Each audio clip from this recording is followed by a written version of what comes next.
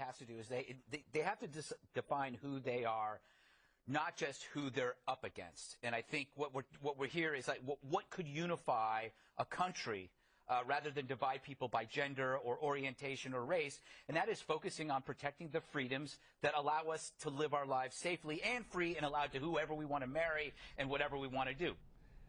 Wow. Is that what they have become? Is that what Greg Gutfeld has become? Maybe he's always been that. Welcome to Give Me Five.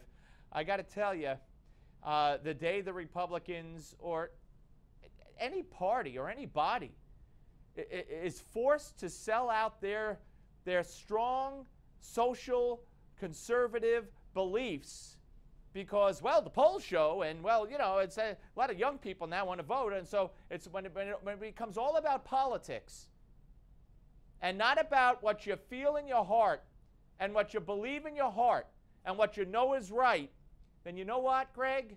You could have this country. You could have the White House, and you could have the Senate, and you could have the House, and take it. Goodbye. I'll find somewhere else to go. How outrageous. How outrageous. Basically what Greg Gutfeld is saying is Republicans should just buzz off. Watch.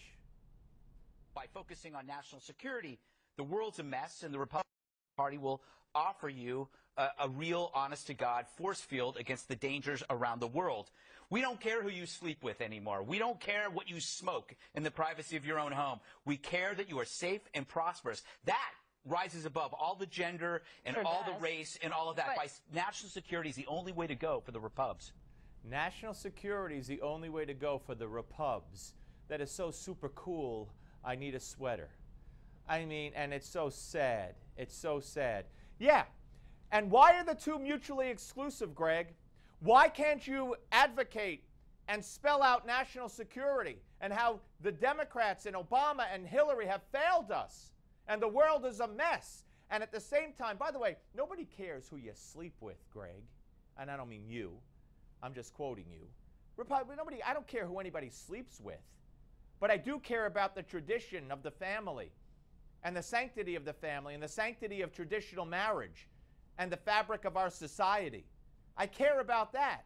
Now, and what you smoke in the privacy of your own home, as long as you're safe, well, if you're going to smoke marijuana, that just gives another thing to be filled up with when you go out in your car. Or maybe you have to rob for the next hit of pot that you don't have. I mean, give me a break. So, yeah, let everybody, hey, let the world run free. Does this include killing little babies in the womb too, Greg? Freedom of choice. That's what you're advocating on everything. Here's more. You've got to choose your battles, and you have to understand that time has moved on, and you don't go around defending the Duggar family when you've got bigger issues going on. I agree, but you do have Republican candidates who are out there doing that. Yeah. And you ask me why I'm supporting Hillary Clinton, because I don't want those jokers in the White House. She doesn't want those jokers in the White House, and he's giving her fuel. He's giving a left-wing Democrat like her on Fox fuel. He's giving her ammunition because he believes it. That's what's worse, is he believes it. This is the heir apparent to O'Reilly? Good luck. I'm sure he'll do great. But you want to sell out morality to win an election? That's not my country. That's not my candidate. Here's one more.